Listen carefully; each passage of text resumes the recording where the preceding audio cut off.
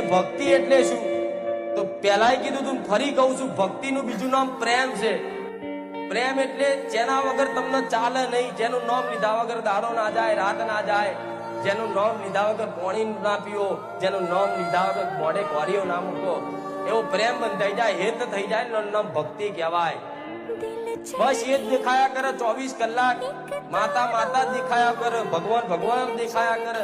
જો જોવો તો માં દેખાય, ભગવાન દેખાય. જે તમે માનતા હોય ભગવાન કે માતાજી દેખાય, એનું નામ ભક્તિ કહેવાય. તમને દરેક भरता नहीं, आँखें रजती नहीं, दिल भरता नहीं, आँखें रजती नहीं, चाहे कितना